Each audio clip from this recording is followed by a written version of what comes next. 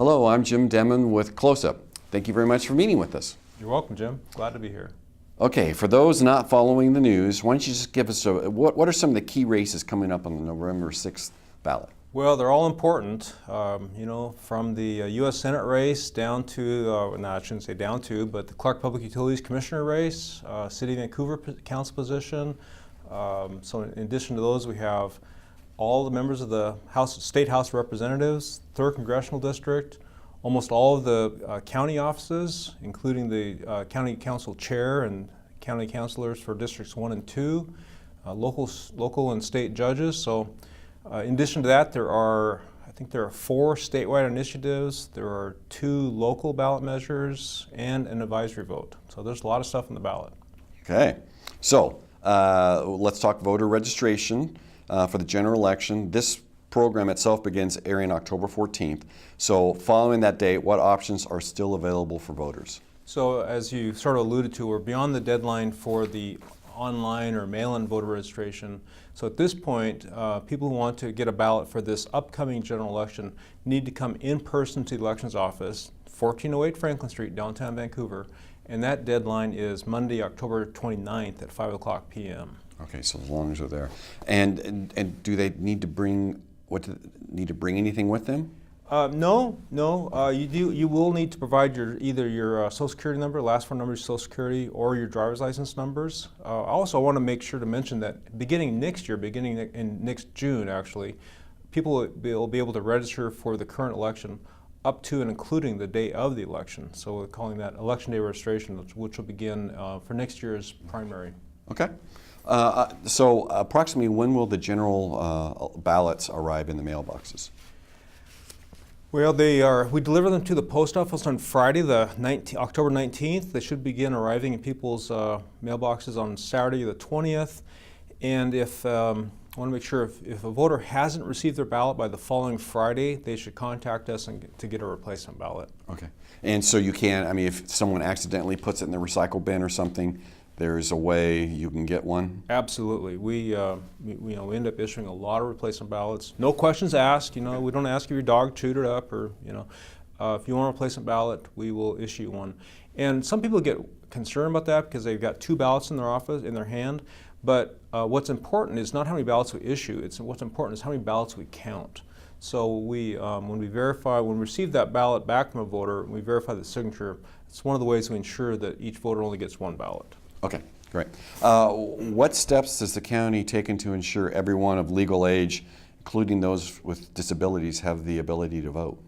Well, the state of Washington has a number of things in place that make it easier for people to participate in the elections process.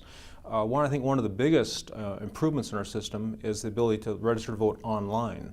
And as part of that, there are a number of security features, checks that we do to ensure that only people who are eligible to register to vote do register to vote. In addition, we mail a voter's pamphlet to every household that has information about how to register to vote. Paper ballots being mailed to each voter makes it easier for people to participate. Especially, we find for people with disabilities really like having that ballot mailed to their home. And then specifically for voters with disabilities, we have an audio voter's pamphlet. We have disability access units in our office for people with disabilities. And then in addition, we have what's referred to as a Voting Accessibility Advisory Committee. And the members of that committee, we meet and they advise us on how we can make the process more accessible to people with disabilities. Okay. So you mentioned that there is going to be a local voter's guide. Will there also be state races as well? There is the U.S. Senate race. Okay. There will, this is the 2018. There will not be a state there will be a state voters pamphlet for this year's general election, combined with the local voters pamphlet. Okay, so all the races will be covered. Okay. What's the deadline then for submitting ballots? November 6th is the election day. So if people are submitting ballots through the mail, they want to make sure they have a postmark of November 6th or earlier. Okay. All right. And as was done first with the primary, will there be prepaid postage? as was done for the Well, that's a little more complex question or a complex issue. You know, one of the really important foundational principles of elections is that all the voters in a jurisdiction, for example, all the voters in the state of Washington, are all treated the same. So when the King County legislative body said we're going to provide funding for prepaid postage for all elections, it created an issue for the rest of the state. And we are hoping that the Washington State Legislature will pass a law that requires the state to pay its fair share of election costs. And if they do that, we will have prepaid postage for all future elections. But right now, we have funding for prepaid postage for this year's general election, kind of a special one-time deal, but don't have funding for future elections. But again, we're hoping the state will provide, they'll start paying their fair share of election costs, and we'll have prepaid postage in the future. But it will be this for this upcoming ballot. This general election, we will have prepaid postage. Did you notice much of a change with that in the amount of ballots received? Did it seem to have an impact locally? You know, every election is a little different. It's really hard in the elections world to have an apples-to-apples comparison. But I would say that in general, we did not see a significant increase in turnout. And we saw about the same percentage of people using our drop boxes as used the post office. Okay. Let's just. But again, I want to make sure that people understand when King County, with about a third of the voters, is using prepaid postage, and we're running statewide elections, you know, we need to have a system where all voters are treated the same. Okay. Let's talk about the county council candidates, because this might be a little different. And again, remind people. So the chair position for the county council, that will be countywide. Everyone gets a vote on the chair, correct? Right. That's an at-large countywide position. Okay. It'll appear on every ballot. For every Clark County voter will have that county chair position. Okay. But then the individual district positions, that'll be per district for the general as well. Only the voters in council districts 1 and 2 will see on their ballot the candidates for those council positions number 1 and council position or council district number 2. We do have in the voters pamphlet, we have a map of Clark County showing those councilor districts. And of course, if someone really wants to make sure that they want to make sure they know what district they're in, they can contact the elections office. We're happy to provide that information. Or also you can go online at myvote.wa.gov and you can see your own information as well. Great. Okay. So let's kind of briefly, and again briefly, just kind of take us through the process of counting the ballots. How does it all work? The nickel tour of the elections office. Yes. So when we receive ballots, first thing we do is we run them through a giant $400,000 scanning machine. That machine grabs the signatures off of those envelopes and also tells us the date that we received the ballot. Those signatures are then compared with the signature we have on record for the voter.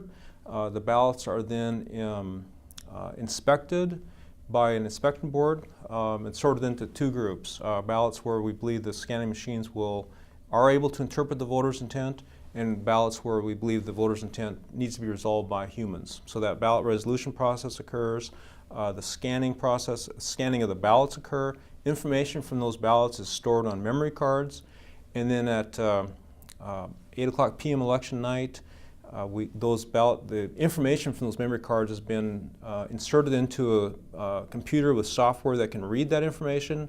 That computer has been kept secured in a locked room until about 8 o'clock p.m. election night.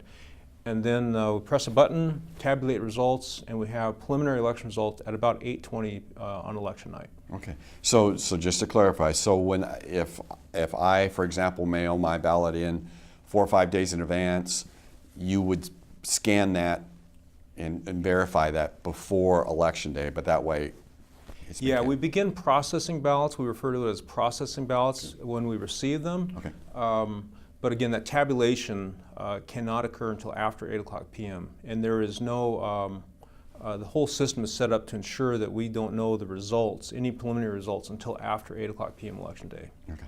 But you do find out like how many ballots have been turned in. You do have that. We have that, and also voters have signature issues. Someone sends us a ballot they forgot to sign. We can then contact the voter and say, you forgot to sign your ballot. sign this and we can count it. Signatures don't match. We can contact the voter and say, hey, your signature doesn't match. Help us out. Here's a way you can cure that. So there's a lot of things we do prior to election day and beyond. But yeah, the processing of ballots begins as soon as we receive them. Okay. And then after the election night 8/20 release, then how often are updates? That first week, after election day, so Wednesday, Thursday, Friday, we'll have additional preliminary election results issued at about 5 o'clock, 5:30 every evening. And then the following week and then the week after that, kind of every few days, depending on how many ballots we receive, which typically are very, very few after that first election week.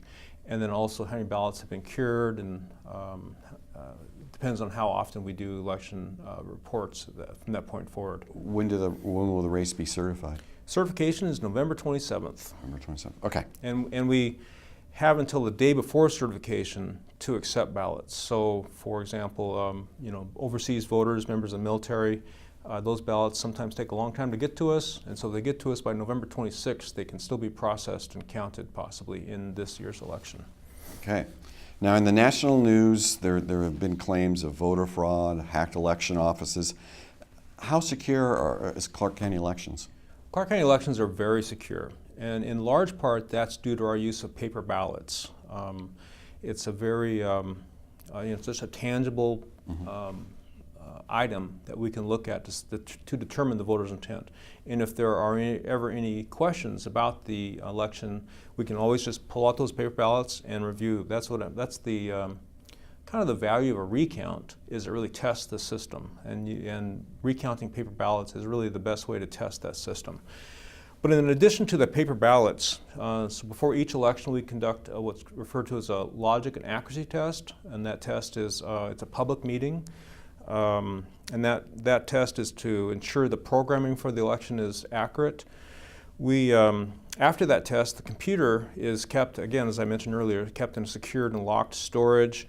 That's not open until after 8 o'clock p.m. election day.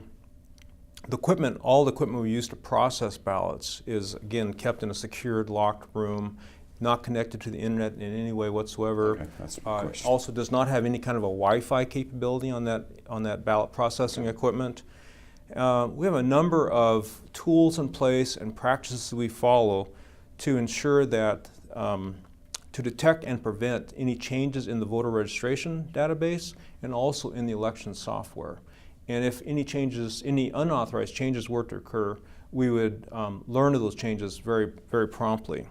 And then finally, and I want to really emphasize this, a key part of how elections are kept secure is from the voters at large. So if voters become concerned about something, they have questions about something, they should contact us as soon as possible so that we can address those concerns or answer those questions. Okay, and you've kind of talked about this a little bit, but just to clarify, so how do you make sure ballots only provided to eligible and living voters? Well, we have a statewide voter registration system that, over my career, has resulted in a significant improvement in that area. And so, specifically with deceased voters, living voters, which you and I can remember back to the Rossi Gregoire contest, sure, where the issue of deceased voters became topic of much conversation, although it ended up not really being an issue at all. So for deceased voters, we have the statewide voter registration system has a check to the Department of Corrections with a statewide list of deceased people. We look at local obituaries. We also have the county health department has information about deceased voters. When people register to vote, their registration information is compared against the State Department of Licensing driver's information. If they use a Social Security number, it's compared against the federal Social Security database. Voters are cross-checked throughout the state to see if they are registered somewhere else in the state. Felon checks, which was a valid issue concerning the Rossi Gregoire contest. Felon checks is another area we've made big improvements. And so before every election, the list of registered voters statewide is compared against the Department of Corrections list of felons. In addition, Washington is a member of a group of 25 states called the ERIC Consortium. And on a monthly basis, these 25 states are comparing their voter registration databases to identify any voters that are registered in more than one state. Okay. And then, something we've always done, but of course we continue to do, is when a Clark County voter moves to another state and registers in that other state, and if they tell their state they were registered in Clark County, then that state will contact us and tell us that the person is registered in their state, and we'll cancel them in Clark County after contacting the voter, of course. Okay. We'll contact the voter and tell them we've done that. All right. So we talked about it again. Where can people get their answers, questions answered at the? Where can they call you at? Well, thank you, Jim, for that question, because it's been our experience that anytime we get more information to people about the elections process, they end up with a higher level of confidence in the election results, and that we take consider that our most important responsibility. So specifically, though, more information can be obtained through our elections website, clarkvotes.org. You can call us at 564-397-2345, or you can send us an email at elections@clark.wa.gov. Thank you. Okay. Well, thank you very much. It should be very interesting races coming up, and we look forward to hearing the results. Well, thank you, Jim.